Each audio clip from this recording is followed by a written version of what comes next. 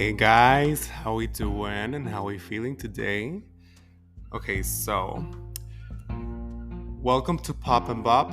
I'm Emilio Fernandez. Now, in this episode, we're gonna talk about and review Billie Eilish's third studio album titled "Hit Me Hard and Soft." Now, Billie needs no introduction whatsoever, so let's just get right into it. So, this album is mainly a blend of two subgenres, which are alt pop or alternative pop and electro goth. Now, we only have one single as of today, the 31st of May of 2024, which is Lunch, which was pushed as the lead single on the album release day, so we didn't have any pre-release singles. Now, onto the album itself. So, the album is 43 minutes and 50 seconds long, so it's kind of your standard listening session length. However, it's only 10 tracks. As you're gonna see, we have some tracks that are over 5 minutes long. So, starting with the first track, Skinny, the first of my highlights on the album. The instrumentation, in this case the guitar, pulls the listener in immediately, and the violin later on also helps in setting the tone for this slower Billie album.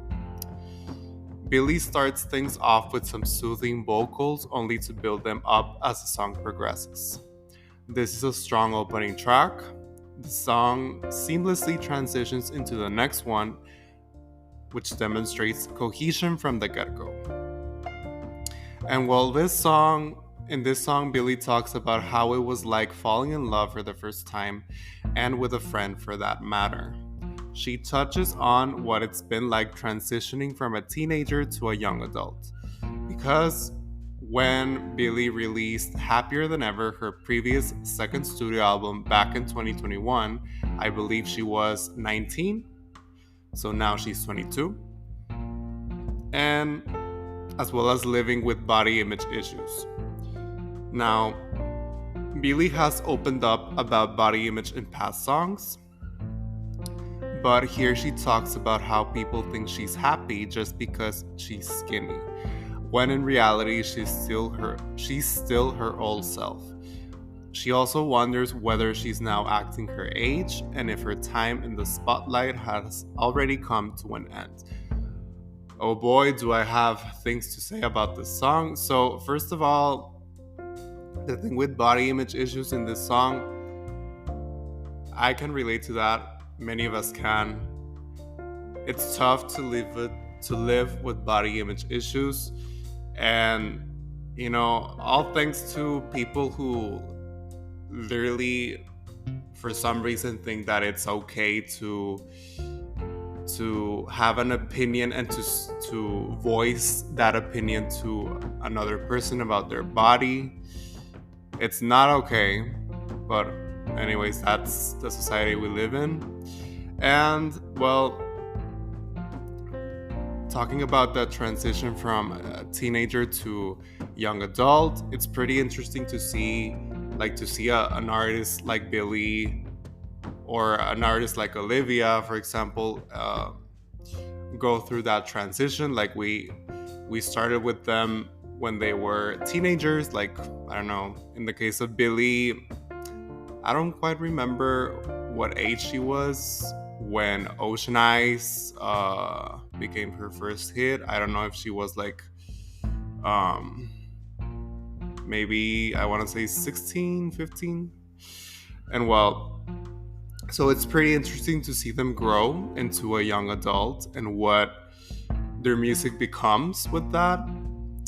And yeah, so, and also with this thing about her wondering if her time in the spotlight has come to an end.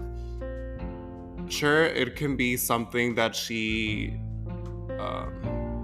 a thought that arose in her mind, but I mean, come on, like, Billie's time in the spotlight has not come to an end. I mean, last year we only had I believe, one release from her, which was her song for the Barbie movie, What Was I Made For? It was a pretty big hit. It won Grammys and Oscars. So, I mean, and now she has given us this third studio album.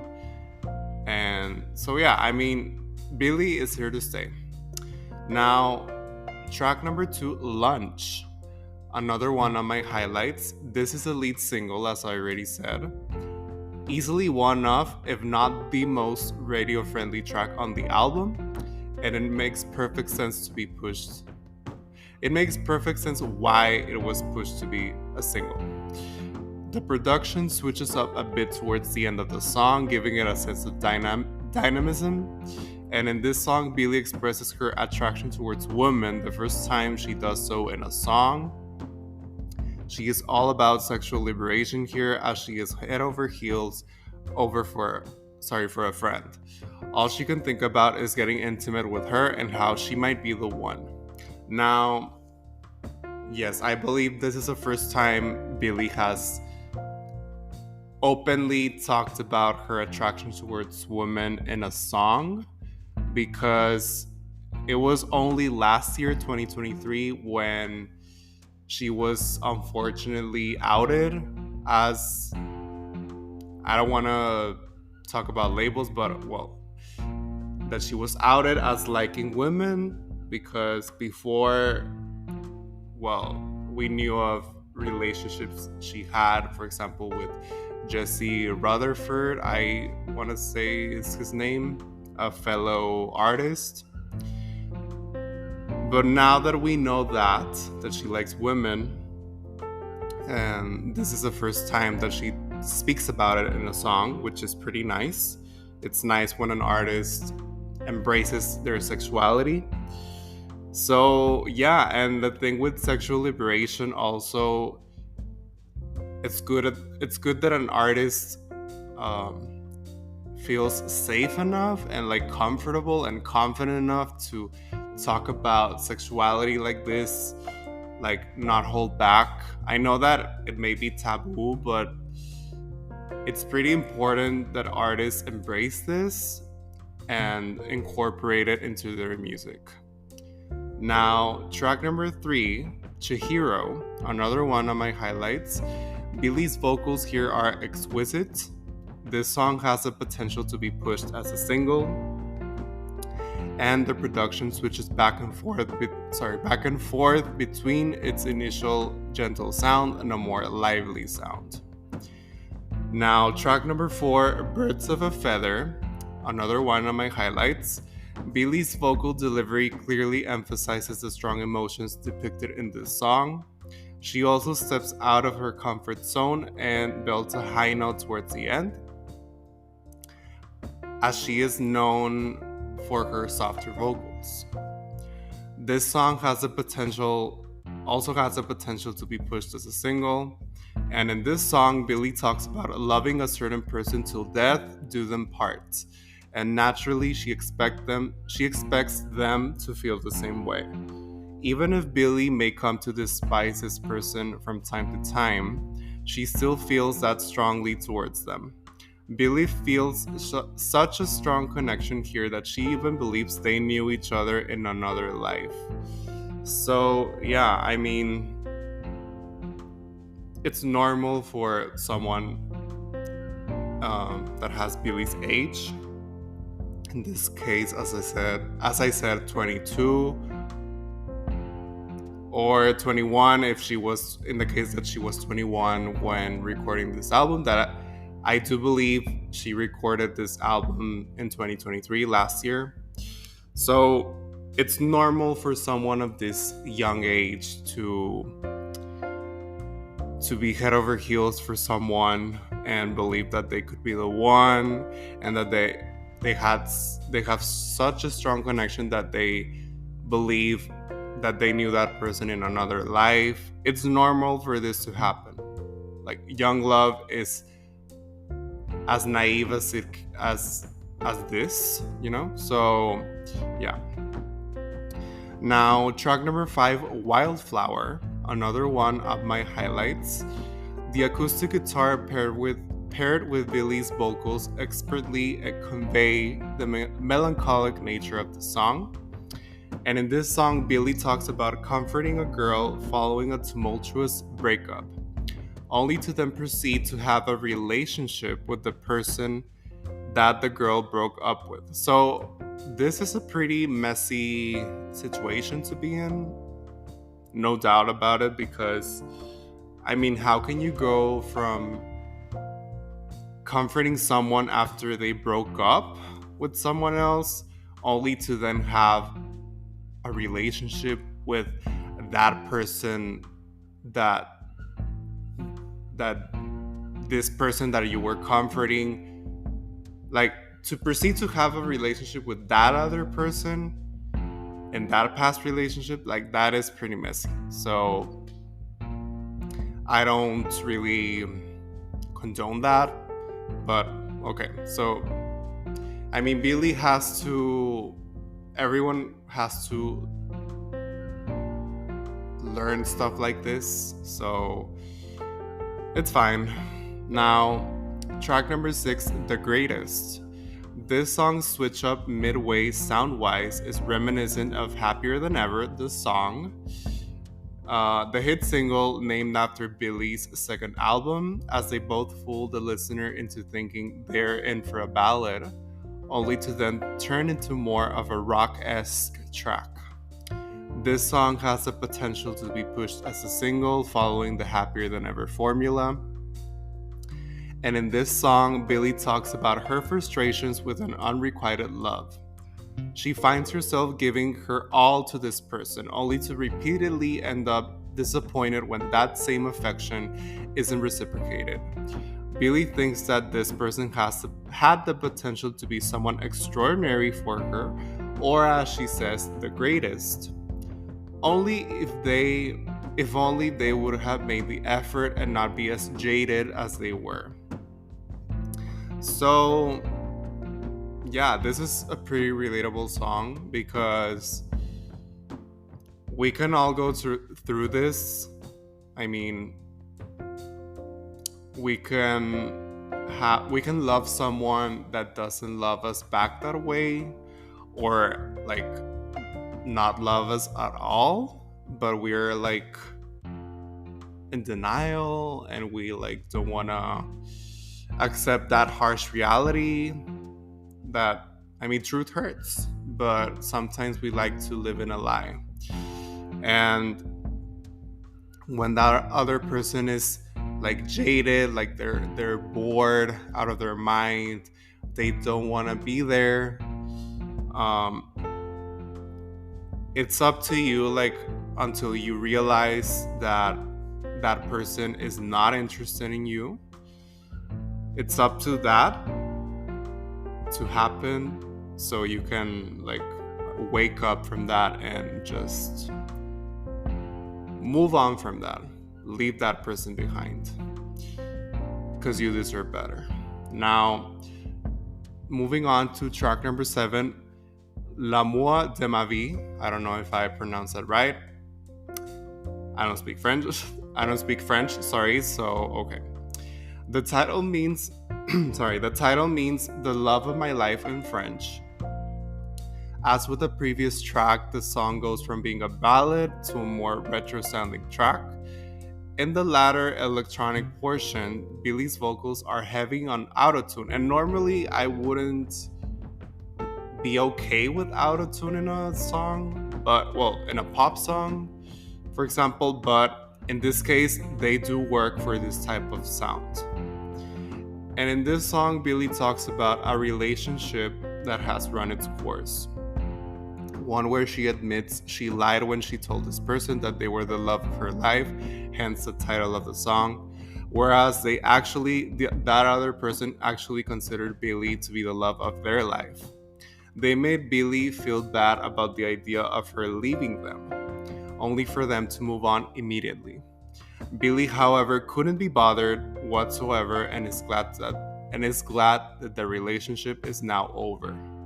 So this is a pretty harsh thing to, like, when you're on the receiving end, it's pretty harsh, obviously. Like when someone tells you like you're the love of my life, but then they don't like reflect that, they don't demonstrate it.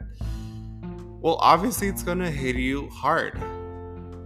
No pun intended with the title of this album, but yeah, I mean, and when you tell someone, like, on the other side of the situation, when you're telling someone that they're the love of your life, and even worse, that other person genuinely considers you to be the love of their life, but you don't mean it when you tell them that they're the love of your life, that's pretty rough, obviously. But sometimes that happens. Now, track number 8, The Diner. This is the weakest track on the album, mostly due to the off-putting production. And in this song, Billie tells a story from the perspective of a stalker, who she describes as a delusional individual who is obsessed with her and truly believes that she is their lover, when in reality that couldn't be farther from the truth. So I read that supposedly Billie does have stalkers. I mean, I believe many, if not all artists, like A-list artists like Billie, have at least one stalker, unfortunately, but that's what comes with fame sometimes, or all the time in all cases. So I believe she wrote this song from the perspective of one of her stalkers, not just any stalker, one of hers. And this is a pretty, creepy, scary thing to think about, like this kind of parasocial relationship when you believe that you know that a person, but that other person doesn't even know you exist. That's a pretty dangerous thing